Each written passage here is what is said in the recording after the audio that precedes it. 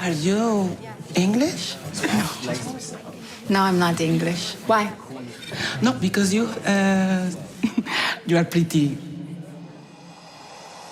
I'm going to get really nerdy about the process of making this. So I want to talk to each of you about, I would say, the big musical performance in this film. So I was wondering if each of you could break down kind of like the motivation for your character, the sort of just break down what the experience was like. I know you sang live for part of it, and like the dancing. So like a little mini scene breakdown. So I'll start with you. Yeah, so please start with her. I'd be like, hang on. But whatever you don't remember, whatever you want to share as an artist. It's you know, when you start with in El Allegato, which is the very first sequence of the movie, you're finding a woman that is just burnt out, overworked, overthought, underappreciated, and totally, you know, burnt out. But an advocate of justice, of law, a complete recluse, an individual that doesn't really have the power or the confidence to speak for herself, meeting and crossing paths with Emilia in the form of Manitas, came at a time of great desperation for the character of Rita. That's where she starts. By the time this entire movie ends with that sequence of El Mal, I think that Rita is exhausted of keeping things in. So that red sort of velvet suit represents just an individual that is playing a devil-like figure and calling things out, like sort of like judging day, you know, on everyone. And that's sort of like the direction that I received from Jacques. And with that, then the choreography of Damien Jallet, the lyrics and the music of Camille and Clément all kind of came full center with the kind of Rita that we were already developing and nurturing, you know. So it was a really, you know, interesting kind of arc for her. It was exhausting. Was it? Yeah, and singing live and like the dancing and the whole, I know you're a dancer though too, so you got to sort of express that. Finally, I got to reconnect with that. You finally got to do it. And just sort of like a little quick follow-up to that. You've done so much action. Yeah. How does, as an artist, how does it feel doing like a choreographed dance versus like an action scene? Does it sort of activate the same thing in you as an artist, or is it different? Dance is way much harder. Especially when you're dancing a piece by Damien Jallet. Okay, it's not like you're doing, you know, I don't know. It's hard because you're carrying this character's, you know, feelings and thoughts with it. So the accentuation of the movements vary according to just whatever it is that Rita is feeling at that moment. It's very technical, and the body has to do a great deal of movement and effort to sort of get everything out. Whereas, like, if you do a fight sequence, which is fun, by the way. I was like, I've never done that. It's just like punch, block. You know what I mean? It's like things like that, and then you land. You do the whole, like, stunty land and everything. So, or maybe because I've been doing it for so long, I just, like, kind of rehearse it in my mind. But dance is always harder. I know. You should do one now, because she's like, oh, you just go like that. Yeah, I was like, you're going to have to teach me that. And for you, and what I love too is that there was such, like, as much as you say it was hard, it feels like there's such a sense of abandon to both of your performances. Yeah. So for you, same question. Absolutely. Jesse, I think, is a very lost character. I think you don't get to really, I get to be a slither of the pie in the first phase of Emilia's life. But then later on, she kind of turns all of that grief and loss into a bit of frustration and anger with her situation, being relocated twice and being a mother, and she's kind of irresponsible. It's a whole mess of complexities that I totally enjoyed playing as an actor, and Jacques was unbelievable to work with, and he was very collaborative and compassionate, and I was really grateful for this experience. So that experience of filming that scene, yeah, did you feel that like sense of just letting go, like as an actor, like when because you've performed obviously so many times as a singer, but how was it different from how you've performed in the past? It completely felt like an experience. It actually felt so cathartic. You know, it felt like I could breathe a little bit. And in the moments, the musical numbers really do take you out of your body. And I think that I just soaked it all in. Yeah, you did. Yeah. What I loved is I read that you said this was the role that you have wanted to have since you were a little girl, that you finally got to. So in what sense did you mean that? I don't know if I said little girl, because I'm not sure I would have picked this one. But I think, yes, as an actor, my dream is to always work with great filmmakers and great actresses and people that I've admired and respect, and I'm just so grateful. I think I've waited for something like this, and hopefully it's just the beginning. Oh, it's so beautiful. So I wanted to ask you both about Cannes, just sort of the experience of being named Best Actress as an ensemble, and the fact that we all, as audience members, always talk about the Cannes standing ovation. People almost go like, oh, it was 10 minutes or it was 12 minutes. How does it feel for you being in that moment? Does it feel like 10 minutes? Does it feel longer? Does it feel like a second? Can you describe what that was like? It was so crazy. I remember I got really emotional for Karla. Yeah. Because I think for me, I feel like it is a compliment to work with her. It is an honor to be able to support her. And so the rest was a surprise. Absolutely. And we all signed up for the assignment of being just happy and lucky bystanders and through the journey of this woman that we call Emilia Pérez, and that's exactly how Rita felt the whole time, and I know that you had your feelings about it, and so did Adriana playing Epifania. Never in a million years did we ever feel that we were going to be recognized, that the jury was going to see us as a united front, always helmed by Karla Sofía Gascón. That was unbelievable for us. Those 11 minutes of applause, they really compel you to stay present. Because you can have an out-of-body experience, you can faint and come back and they're still applauding. You know what I mean? And so we had no other choice but to be present. And in that presence, you just receive the vibration of the love. Like you sort of go, it's real. Like it's not, people aren't just being nice. They're really feeling something, and they're continuing to feel it as we speak, and all I can do is be here with them, and that was really beautiful. That's so sweet. I had anxiety. I know. We all kept kind of looking at each other. I can do this. I think I did this. I was like, oh. Esto. Mingo. Playing two iterations of the same human being. How complicated was that for you? Like, were you shooting, all of Emilia at one time and Manita's another, or was it mixed during the shoot? Al final esta película se tuvo que hacer, no se puede filmar una película linealmente porque dependes más de las locaciones, del equipo técnico, etcétera, etcétera. Al final obviamente había que mezclar, un día eras Manitas, al día siguiente eras Emilia, otro día estabas en el camión dirigiendo a los narcotraficantes, y al día siguiente estabas con los niños cuidándolos en la camita, como súper bien. Una loquera completa. Al final tuvimos que trabajar, o yo tuve que trabajar este personaje como si fuera dos personajes diferentes, como si tuviera dos trabajos, como si estuviera haciendo dos obras de teatro, unas los sábados y otras los domingos, y luego encontrar los puntos en común que tenían estos dos, la Bella y la Bestia, y poner un poquito de la Bestia en la Bella y un poquito de la Bella en la Bestia para que este personaje pudiera ser contemplado por los espectadores de una manera, digamos, sin que hubiera ninguna laguna que pudiera llevarles a la confusión de que no es real. Pero para mí de las cosas más divertidas es la voz de Manitas y la voz de Emilia, que son completamente diferentes a la mía, aunque ahora mismo ni siquiera tengo mi propia voz porque ya no puedo hablar más con nadie. La tengo destrozada de hacer entrevistas y cosas, de este viaje tan impresionante desde hace 5 meses, desde que recibí el premio en Cannes. Y para mí es que me encanta el doblaje. Entonces era una de las cosas con las que yo atrapé a Jack para que me dejara hacer esta parte masculina del personaje, porque él no quería que interpretara a la parte del narcotraficante, sino que solamente quería que interpretara la parte de Emilia cuando ya ha hecho la transición. Y fue de mis puntos fuertes para intentar convencerle, cambiando mi voz y mandándole grabaciones de mi voz y con la cara llena de pelos que me compraba en las tiendas de efectos especiales o de pelucas.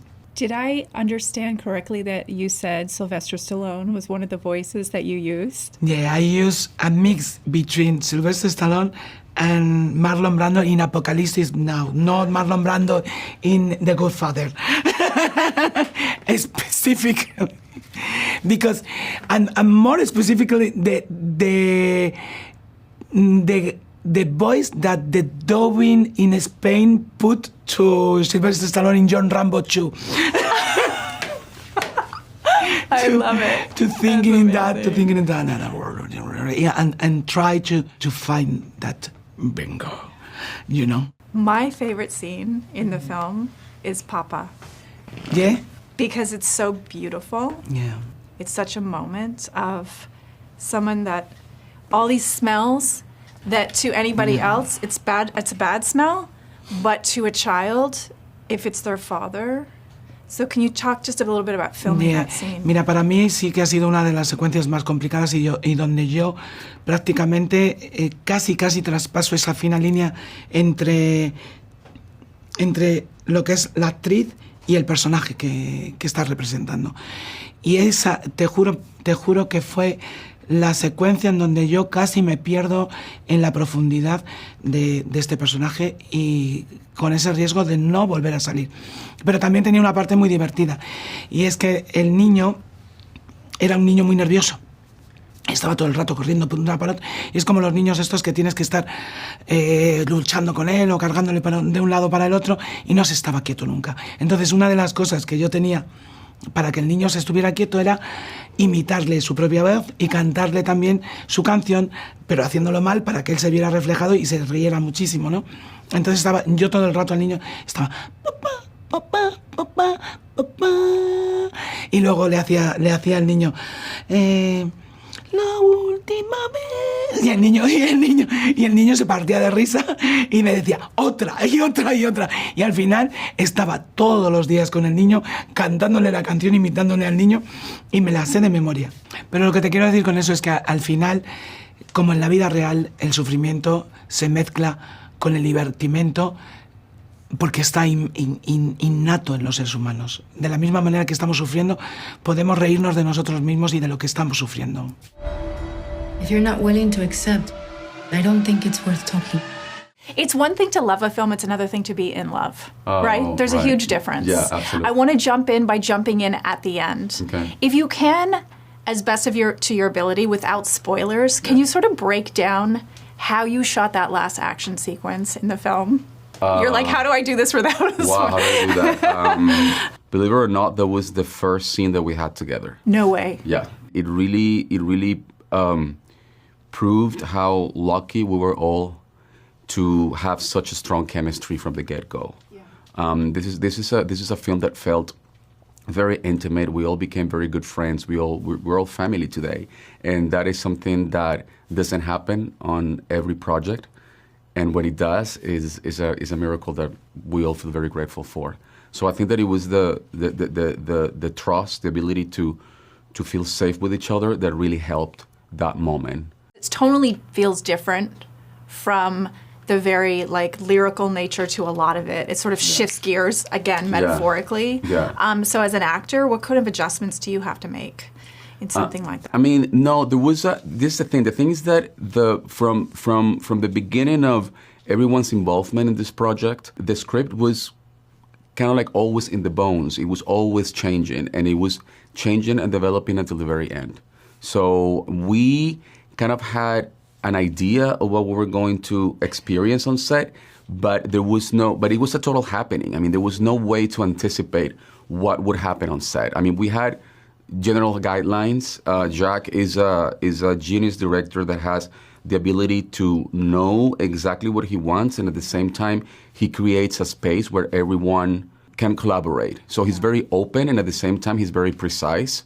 So that is a very interesting combination that not all directors have. So we all felt very free, very encouraged to propose ideas, to let just emotions emerge and play with them. And that's what we did. It comes across. And most directors, well, I shouldn't say most, but a lot of directors, it's one or the other, right? It's either very rigid or it's very free, but you don't get both. Exactly, both, the same. So let's talk about the karaoke performance. First of all, what was your initial reaction watching Selena perform? Because you had the front row seat.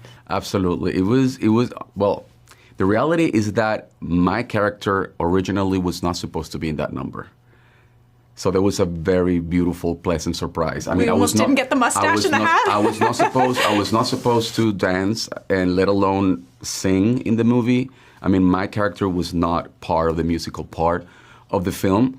And then one day, after we shot that scene that I just told you about, Jack felt, and the team started, the crew started to feel very connected to the love story. That was also kind of like a surprise because of the chemistry that Selena and I, were able to build together. And then suddenly one morning I get a text from Jack telling me, okay, for the next 2 weeks, you're coming to rehearse Mi Camino. And I said, oh, great, what is Mi Camino? I didn't even know about the song because I was not part of the recordings. So that was cool. We rehearsed an entire choreography, and then suddenly we were doing karaoke, and we were able to mess up the words, actually, after hearing the song over and over. So it was a real karaoke, when you want to sing and you think that you know the song, and sometimes you do, but you still mess up the words. So it was very beautiful. That was one of the I think it was a much needed kind of like breath, like a breath of fresh air in a very long exhale, that this movie is, I heard Selena say something about that she really fell in love with you on set. Mm-hmm. You said you had that instant chemistry, but what sort of backstory did you create? Because it's left a little bit vague. What sort of backstory did you create for your relationship together? No, I mean, actually, that was our first, that as I told you, like the towards the end of the movie, that was the first scene that we shot together. And I think that we had met for the first time 3 days before or 2 days before. I think it's one of those beautiful miracles, when you kind of like find your tribe, someone that maybe has been traveling with you, for longer than you think. It really felt that we had known each other for way longer than of course we did, and we were just very lucky that the chemistry was right there, and we were able just to be very, very raw, very open. There was no, the process of this movie was not one of building, like a background story. No, it was very in the moment, And so that's one of the things that I appreciate the most about Selena and working with her, and is how open and raw she is, how strong and vulnerable at the same time she is, and that is an amazing quality that made me feel very, very inspired and very safe with her. How will working with Jacques? We've talked many times before, you've done so many incredible projects, so many amazing performances, but when you work with somebody like Jacques, how does that change you as a performer moving forward? And sort of like stepping onto set the very next time, does it change sort of how you approach things? I think that definitely the level of freedom that he was able to provide us with, I think that is something that is a kind of like feeling, a sensation that I'm sure I'm gonna carry with me, because he called me to do this film, and then he said, Édgar, it's not ready. I'm still looking for all the actresses for the movie, but when it's ready, I will let you know. And then a year later, he texted me and said, okay, we're ready to go. And then I just jumped on a plane to France, and we started. There was no rehearsals, only for the musical number, but the rest, it was like arriving. This is kind of like what we're doing. Let's go, and that is a very interesting process, because it really puts you in a very vulnerable situation, and you can use all of that to just like let all emotions emerge. It's like when you're a kid and you're playing. I mean, he's very cute, exactly, and that's exactly how I felt every day when I went to set. I felt like I was going to the playground to have fun with my friends. There was never a wrong take. There was never a wrong choice. It was a choice, and now let's do another one. Okay, now we got that, let's just try something else. So everything was always evolving and changing, constantly on set. When you're at Cannes, everybody jokes about standing ovations and how long they are. You had like a 10 or 11, something like that. Does it feel like 10 minutes, 1,000 minutes, or a minute? How does it feel when you're the person? No, it feels like 1,000 minutes. Yeah, I think that time decompresses, you know, and that's the, and I think that happens when you're present, you know. When you're present is when then suddenly something super short, like in conventional time, feels very, very, very long. We felt, listen, we all, and I think I can speak on behalf of everyone, we felt that we were doing something special, that we were doing something definitely different, but the kind of reaction and beautiful response, I mean, the kind of emotions that this movie is eliciting in people, it's really something that we could have not anticipated. So we're very humbled by it. ¿Dónde está? Por ahora en la morgue. The name has a meaning to it. And did that inform your character? Like, epiphany in English means like you have, suddenly like a light bulb goes on. Did that in Spanish? Yeah. Did that inform who your character was at all? I didn't realize at the beginning, but of course Epifania, it's an epifania for Emilia and also for herself. Because I think that this encounter between them, it's like something that none of them expected. But maybe they wished. Of course they wished. And it was completely surprising for both of them. And it's an epiphania for, like, love is an epiphania. And when I realized that, I was like, oh, this is beautiful. This is poetic. I love your entry point into this film because it's this scene where you expect she's going to have one reaction and she has another reaction. Yeah. And that laugh and that sort of, like, it represents all of a sudden she's free.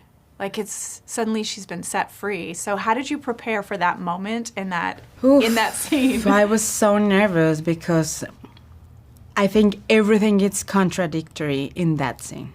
Since the moment that Epifania, like, it's with her bag and the knife and you're, oh, she's gonna. And then you realize that she's not there for that reason. And then this emotional roller coaster, and I mean, it's a small scene, and I had a lot of emotions going through.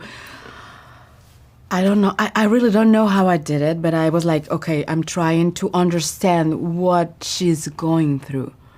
Because she's about to discover something that she didn't expect it. She's full of fear. When she arrived there, she's full of fear because she's imagining a different thing. And then with this thing that Emilia says to her is like, I don't know, I think she's so confused and I think she's not in control of her emotions. So this is what happened to Epifania, and it was so difficult to make, but it was easier working with Karla and with Jack.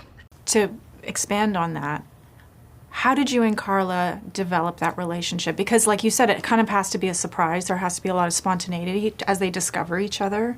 But how did you two work together to create that magic? Because it really feels like a magical, true relationship. Well, I think that when we met, we started creating this bond.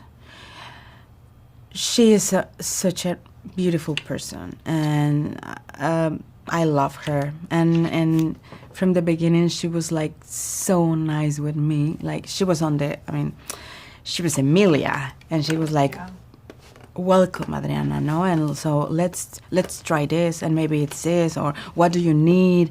And when you have good colleagues to work with, I mean, the work is like half done. And of course, there's a lot of things that as an actor you have to work on, like an imagination and work with a director. But you have to be open to get to the set and listen to your partner. And there's a lot that your partner is going to give you that you don't even imagine. Right. You have to be open in that moment. And the things happen. So I've watched a lot of the interviews that you all have done so far from Cannes, and you've been the one, I don't want to put you on the spot, but you've been the one that's been the most emotional. Really? Oh yeah. My God. So I want to know from you, sort of, given the reaction, how much everybody loves this film, working with Jacques, how has this changed you as an artist? Oof. I think it's the most important project in my life so far, right now, in many levels. Of course, of this projection and working with this amazing and famous cast. It's like next level in my career, you know? And I mean, it's Jacques Audiard, and I admire him. I mean, I really do. It's been a different projection for me in my career in Mexico and out of Mexico. And not just that, because I never expected this impact that the movie is having outside and this sisterhood that it creates. I mean, we didn't do it, like it just happened. When we realized what we were doing and what was the impact on the people, and that a lot of women felt like identified and they felt represented, and we started talking about the important matters, and then we were like, oh, this is more than just a movie, and there's a lot of happening outside the movie. And I think having this representation and receiving comments from my people in Mexico that tells you, like, you are an inspiration, and now I can relate with you. I feel represented with you. It's like, oh my God. See, we're getting emotional. Dios mío, siempre lo mismo. I want to talk about the last song of the film, which is yours. Without spoilers, of course, without spoiling what's happening in that scene, can you talk about creating that moment and how it was to film? When they sent me this song and I heard that song, I was with my husband and I told him, like, oh, hear this song. It's amazing. I cried because I was like, it's beautiful. Thank you. This is a gift. And I started working with Juan Pablo Villa, which is a coach, a Mexican coach, very good, and with Camille.